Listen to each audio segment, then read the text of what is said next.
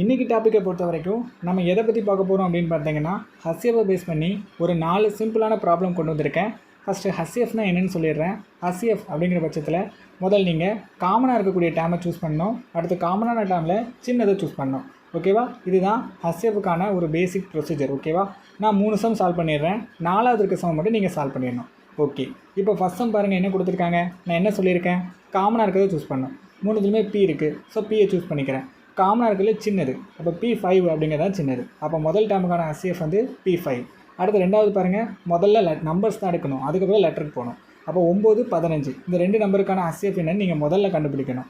So இதுக்கான ஹஸ்எஃப் என்ன வரும் அப்படின்னு பார்த்தீங்கன்னா நமக்கு 3ன்னு வரும். அடுத்து பாருங்கள் லெட்டர்ஸ் போயிடுவோம். ஸோ ரெண்டுத்துலேயுமே ஏ காமனாக இருக்குது. ஓகே, ஸோ நான் என்ன பண்ண போகிறேன், காமனான டைம் ஏவை சூஸ் பண்ண போகிறேன்.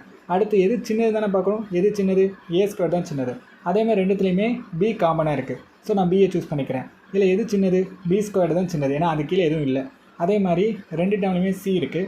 இதில் எது சின்னது, C³ தான் சின்னது. ஸோ இதை நான் சூஸ் பண்ணிக்கிறேன். அப்போ இந்த டேமுக்கான ஹஸ்எஃப் இது தான்.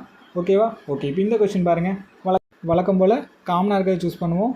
ஏவை சூஸ் பண்ணுறேன். இருக்கையிலே சின்னது ஏ தான். ஓகேவா? அதே மாதிரி பி 3த்துலையுமே காமனாக இருக்குது. இருக்கையிலே சின்னது பி தான். சி 3த்துலையுமே காமனாக இருக்குது. இருக்கையிலே சின்னது சி தான். இப்போ இந்த டேமுக்கான ஹஸ்எஃப் வந்து ABC அப்படிங்கிறது ஆன்சர். ஸோ இதுக்கான ஹஸ்எஃப் என்ன அப்படிங்கிறத கமெண்டில் சொல்லுங்கள்.